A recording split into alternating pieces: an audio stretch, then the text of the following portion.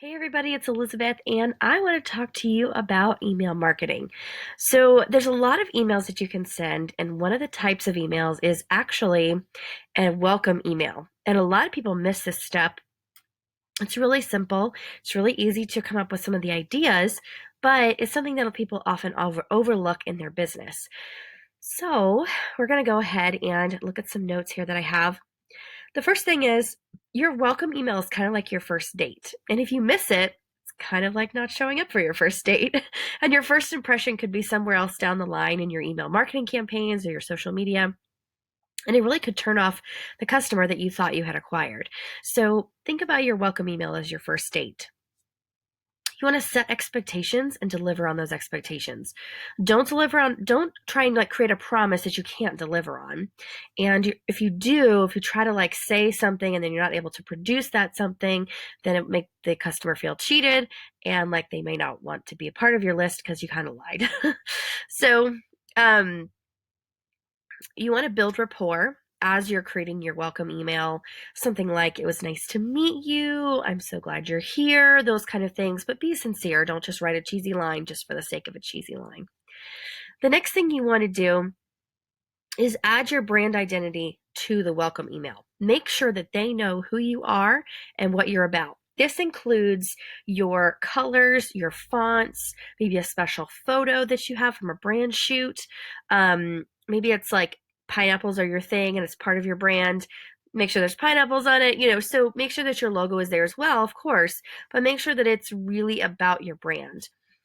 The next thing is you want to personalize. Now, I don't always personalize my welcome emails. I know that some people do. I actually find it a little cheesy, but if you're collecting names, first and last name, and then email as well, that's great. I typically only collect the email address. People know they're getting a canned email from me, even if it's a welcome email, but I still make it personal in the conversation that I'm having with the client or with the new subscriber, in the context of the email. So in the actual descriptions, in the verbiage I'm using, I'm talking to them as if they're standing right there. And that's kind of how I make mine personal, but you can actually personalize them with their name, hi so and things like that. Let's see. Yes, you can add those extra fields of your name and the stuff like that. Introduce your subscribers to your social media channels. That's a great thing for your welcome email, that if you're really not sure what to say when someone subscribes, maybe you're not giving them an opt-in, so you're not really giving them an email for that. And there's really no reason for you to say anything once they subscribe. A great thing to do is to say, hey, I'm so glad you're here. Nice to meet you, those kind of things. And then say, here are our social channels. Please subscribe to those. And those will actually tell them why they would subscribe to one of the channels. So join our Facebook and you'll see the latest whatever, or follow us on Instagram and you'll see daily something. So give them a reason to follow those channels. Don't just say, hey, follow us. Just give them a reason. You can improve your engagement rate with automation. So real-time welcome emails see more than 10 times the transaction rates than a revenue and revenue per email. So what that means is you don't want your welcome email to go out 5 days after they've subscribed. You want it to go out immediately after they've subscribed. And because of email systems and the way that they are, it may not actually go out until a few hours later or maybe even up to a day later. But that's in worst case scenarios. Most of the time, people are going to get them pretty quickly after they subscribe. So you don't want to miss out on that revenue. Welcome email subject lines. This is a big thing. Subject lines are always tough, but there are some ways you can use it to grab the reader and really grab their attention rather than them just deleting it. So you want to welcome with a greeting, and then you want to say something special about that email. So here are some examples. Welcome, Elizabeth. Enjoy 25 or 20% off your first purchase. Now, that is something that if you're going to give a discount, you better give a good discount, because for 5% or 10%, I might not click on it. But for 15 or 20%, I might think about it. Here's another example. Welcome to the Web Design Chick. Let's get to know each other. So that's kind of where you would put your social media details and things like that. Maybe even some personal details about yourself. Hi, Elizabeth. This is Elizabeth Pampalone from Kissmetrics. That's one of the examples that I was using the other day. And it's something that you can say hi to someone, maybe if you have their name, and you could say, this is so and so, so that you're actually giving that personal touch, the personal detail. And also, you can put your photo in there. So in the signature, make sure you're using a signature in your welcome email so that people know it's coming from a person. Another one is, you're in. Welcome to Adidas. That's one that Adidas uses, and it's really effective because you're in what? What am I in? Like, what's so cool about me being in something? Welcome to our family. It's another great one. Welcome. How can I make ElizabethPampalone.com more helpful to you? So this is really a questionnaire one. So you're really asking for that feedback, and that's a great way to use your welcome email to see what people already think of you, even though they've just gotten started. Welcome to our inner circle. Here's where to start. This is giving people an action step. So it's really utilizing the email to forward them to something else, give them something to do, maybe something they didn't know was available to them. You can show and highlight that. Welcome, what this says about you. So this is kind of those nerd marketing, piques the curiosity and gives you, a quiz or something fun like that. So it says, this one is from Google. It says, welcome to AdWords. Potential customers are waiting for you. It's a very straightforward message, but they have to deliver on that. So make sure that if you're saying something like this, that you really are going to be able to deliver on it. You can test your subject lines in A/B testing. I don't typically do that a lot.